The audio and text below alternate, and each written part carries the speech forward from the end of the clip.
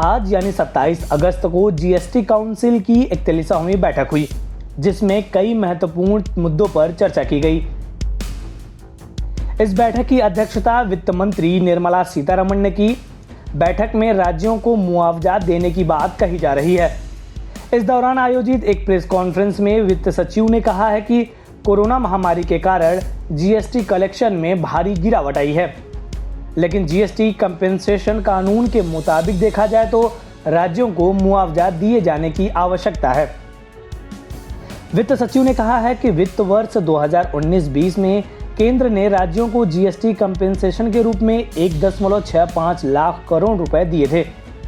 इसमें मार्च में दिए गए 13,806 करोड़ भी शामिल हैं।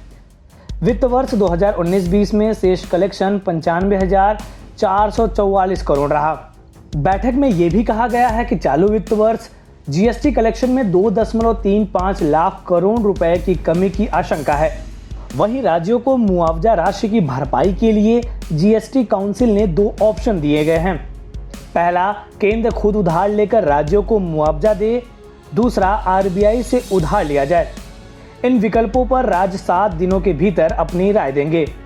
वहीं राजस्व सचिव ने कहा है कि महान न्यायवादी ने ये राय दी है कि जीएसटी संग्रह में आने वाली कमी की भरपाई भारत की संचित निधि से नहीं की जा सकती है। बता दें कि राज्यों को मई, जून, जुलाई और अगस्त यानी 4 महीने का मुआवजा नहीं मिला है। केंद्र सरकार ने हाल ही में वित्त मामलों की स्थायी समिति को बताया है कि उसके पास राज्यों को मुआवजा देने के लिए पैसे नहीं हैं। इससे पहले 12 जून को जीएसटी काउंसिल की आखिरी बैठक हुई थी। बैठक में साल दर साल जीएसटी रिटर्न की लेट फीस पर छूट दी गई थी। कोरोना काल में ये पहली बैठक थी। इससे पहले मार्च में जीएसटी काउंसिल की 39वीं बैठक हुई थी। हालांकि वित्त मंत्री ने 2 पहिया वाहन को लेकर कुछ नहीं कहा है। खबर थी कि निर्मला सीतारमण इस बैठक में 2 पहिया वाहन पर जीएसटी कटौती कर सकती हैं, जिसके संकेत उन्होंने बीते दिनों में दिए थे। तब उन्होंने कहा था कि 2 पहिया वाहन न तो विलासिता का सामान है और न ही ये अहितकर सामान की श्रेणी में आता है, इसलिए इस पर जीएसटी दर में संशोधन का मामला बनता है।